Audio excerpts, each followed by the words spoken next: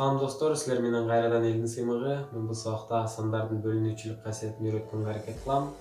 Себеби бул тема аябай керектүү темалардын бири.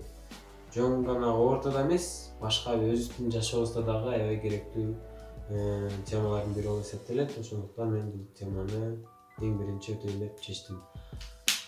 Мисалы үчүн, кээ бир сандарды 2ге же 3кө же 5ке так бөлүнөрүн билбейбиз да, бирок бул бөлүнүүчүлүк касиет деген бир өзүнчө эреже бар. Мына ушулар аркылуу биз бөлүнөт же бөлүнбөйт деп өзүбүз мындай өзүбүзгө ишенимдүү түрдө айта алабыз да. Мисалга айтсак,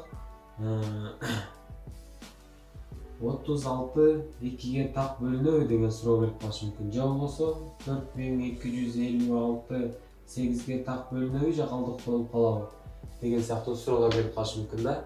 Анан биз болсо ойлонуп бөлүнөбү же бөлүнбөйбү деп башыбыз катып туруп калат. Мына ушунда сандардын бөлүнүүчүлүк касиети деген бизге жардамга келет. Мен башынан баштап түшүндүрүп берейин. 2ден баштайын эң биринчи. 2ден баштайм. Мисалы үчүн, бир сан алалы 728 2ге 728 2ге так бөлүнөт деп мен ишенимдүү айта алам. Себеби мен муну каяктан билдим 2ге так бөлүнөрүн? 2ге так бөлүнүш үчүн ушул берилген сандын эң акыркы цифрасы 2ге так бөлүнүш керек. Эгерде эң акыркы цифрасы 2ге так бөлүнсө, анда 728 деген сан дагы 2ге таптап бөлүнөт. Мисалы текшерип көрөлү. 728 бөлүнгөн 2. Белгилейбиз дагы, 3дөн беребиз, 6, 1 калды, кайра бул 2 келип бул 2 түшөт. 12 болду, 6дан беребиз, 12 болот. Анан бул калат да, бул 8 келип туруп бул түшөт. 8, анан 4төн берип көрөбүз. 4 жана 2, 8, аягы 0, демек 364. Демек 728 2ге так бөлүнөт экен. Ушундай. Ушинтип билип алсак болот. Мисалы үчүн эми 3түккө карап көрөлү. 4026 3кө так бөлүнөт. Бул 2ге караштуу эмес. Эң аяк жагын карап 3кө бөлүнсө 3кө бөлүнөт экен деп айтып койбойбуз. Бул 3түкү таптакыр башка эреже менен байланыштуу. Берилген сан 3кө так бөлүнүш үчүн биз ушул санды, мисалы үчүн 426 деген сандын ар бир цифрасын, мисалы үчүн 4, 2, анан 6, ушунун баарын кошобуз. 4, 2, 6-ны кошсок, канча болуп калат бирок болсо? 12 болобу? 12 чыгат. Демек 12 3кө бөлүнөт, 3кө так бөлүнөт. 12 3кө так бөлүнсө, анда 426 дагы 3кө так бөлүнөт. Демек так бөлүнөт экен. Так бөлүнөт. Демек кандай жыйынтыкка келдик? Берилген сандын ар бирин цифраларын кошкондо, ошол келип чыккан сан 3кө бөлүнсө, анда ушул сан дагы 3кө бөлүнөт деп так ишенимдүү айта алабыз. Эми 4түккө кандай? 4түккө кичине башкачараак. Мисалы үчүн 624 деген сан 4кө так бөлүнөт.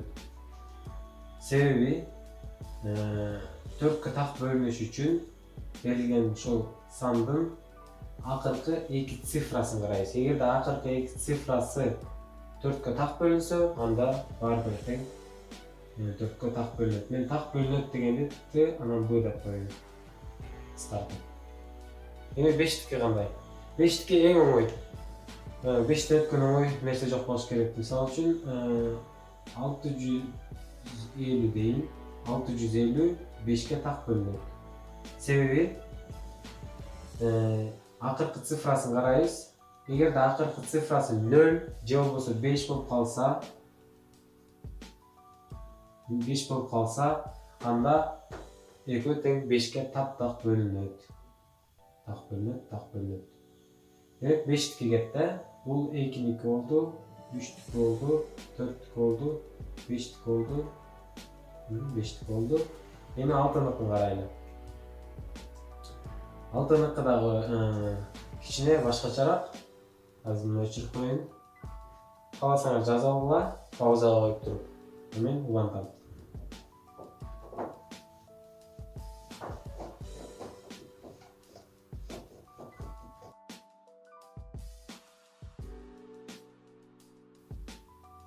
Эми 6'ныкы кичине башкачараак.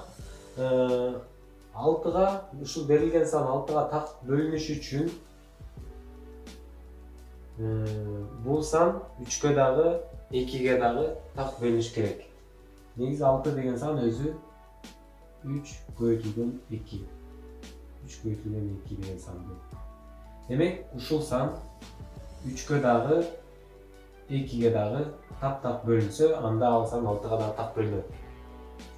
2'ге так бөлүнөрүн биз эң акыркы сандан билебиз дегенбиз. Демек 4 2'ге так бөлүнөт экен. Биринчиси туура болду. Эми экинчиси калды.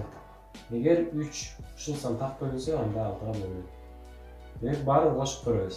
3'кө 6'ны кошобуз, 12, 15 болду. Баарын кошкондо 3624. Ар бир цифрасын кошуп чыкканда 15 деген сан чыкты. Ал эми 15 3'кө так бөлүнөт. 3 × 5 15. Демек 3 дагы 2 дагы бөлүндү. Демек 3624 6'га так бөлүнөт экен. Калдыксыз бөлүнөт деп так айтсак болот. 7'никин аттап кетебиз. 7'ники кичине оорураак. Формулалар менен ар бир ушундай сыяктуу кичине оор болуп кетет. 8'ге көтөрөлү. 8'дин мисалы үчүн 9256 дейин. Бул 8'ге так бөлүнөт. Себеби 8'ге бөлүнүш үчүн ушул берилген сандын эң акыркы 3 цифрасы 8'ге так бөлүнүш керек. Эгер акыркы 3 цифрасы 8'ге так бөлүнсө, анда бардык сан 8'ге так бөлүнөт. Бул 8'дин эрежеси. Эми 9'дуку. 9'дуку кандай болот? Мисалы үчүн 34163 деп коеюн. 34163. Бул 9'га так бөлүнөбү же бөлүнбөйбү?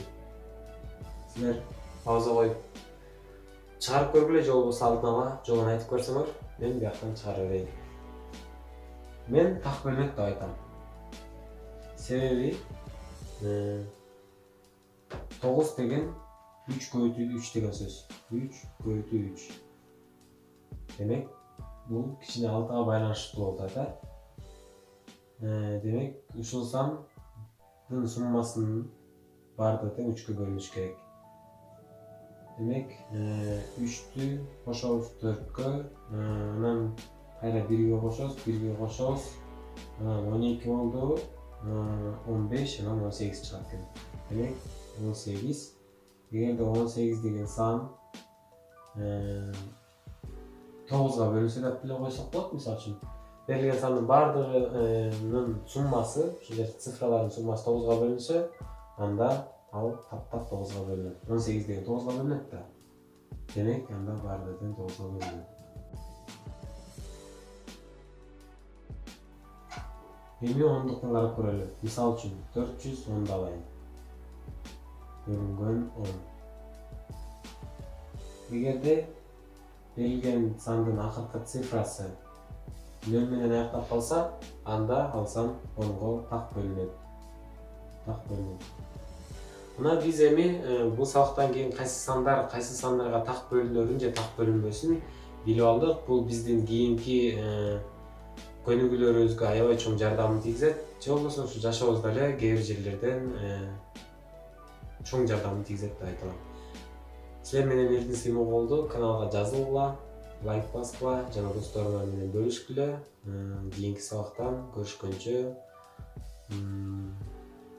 даярданып математиканы менден биринчи өздөштүргөнгө аракет кылгыла.